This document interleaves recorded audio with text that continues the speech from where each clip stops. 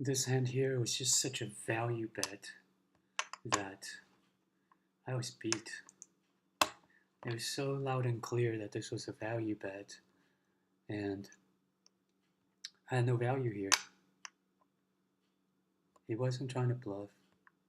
He was trying to do a value hand, a value bet.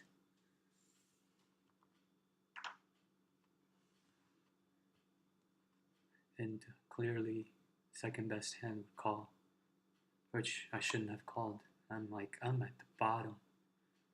Everything here beats me. Everything that he would bet for value except for sixes, which he would not bet for value. So more in the range of queen. Not even a 10 would bet here. So he was clearly betting for value.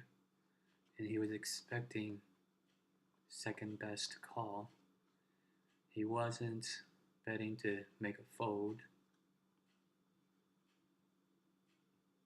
He was betting for value. And even before I clicked call, I said, he's got a queen. He's betting for value for a queen. He called the flop.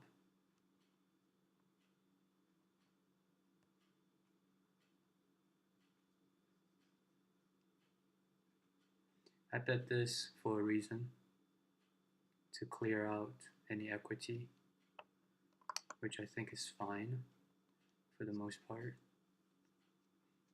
And he knew that I probably didn't have a queen because of my turn action. So he goes ahead and bets for value, either a queen or a jack. Jack is more like a merged range type of deal. But relatively, he had the best hand. Relatively, he had the nuts. And that was a value bet. That sizing was just a value bet. And there's no reason for me to check raise here, or to raise him, because of my weak turn action.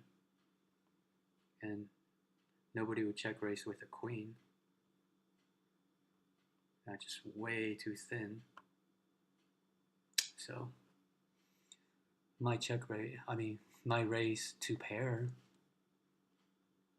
No, two pair will probably still just call. But the only hand would be like a pair of tens that would raise. And that's really hard to rep. Nobody will believe that.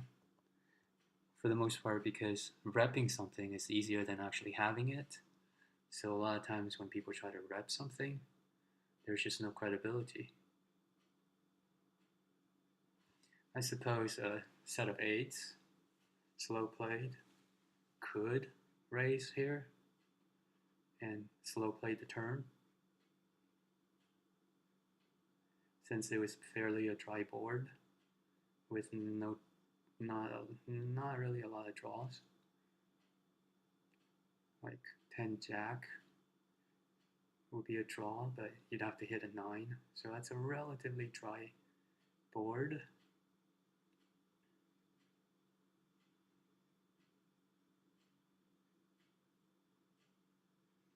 Ten jack, jack 9. We'll check the turn and then raise the river, but what's the likelihood of him believing that bluff? For a bluff, you want a story to be easy to read. If you actually had a straight, it'd be a great place to raise because nobody would believe you. So, yeah, that was a value. That was a value hand, a value bet that I did not, I recognized it, and next time I will not call in that spot. Alright, this was an interesting hand. I misread my hand. I thought I had suited connectors and I needed something under the gun to balance out my range.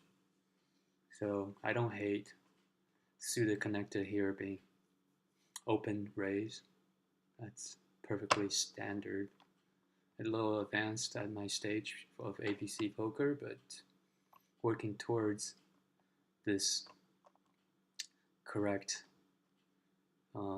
play of opening under the gun with a raise. And it's good to have connectors multiple ways because people are less apt to bluff. And look at how, because it's multi-way and because I was still in the pot, everybody behaved and did not escalate this thing out of orbit. Everybody was afraid. So that's great for the suited connectors, or for the connectors, to get free cards and stuff, or to go on cheaply, because everybody's behaving. So check, check, bet, call, and when he calls, that priced me into call, 6, 7, 8, 9. I just didn't make my hand. Had I made the hand, these two people would have paid off on an elastic betting range. So, couple of comments.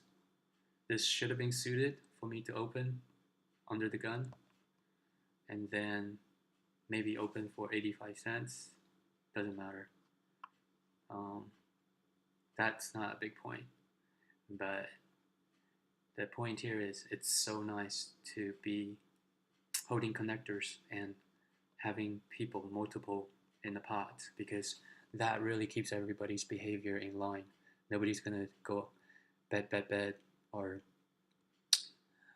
bluff because it's multi-way. There's a lot of respect.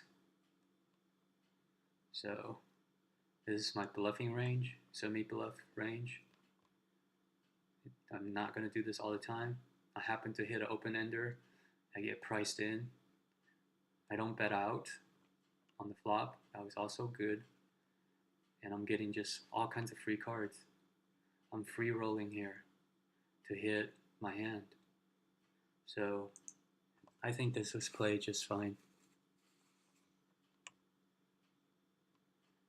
Yeah, this has to be suited for me to do this.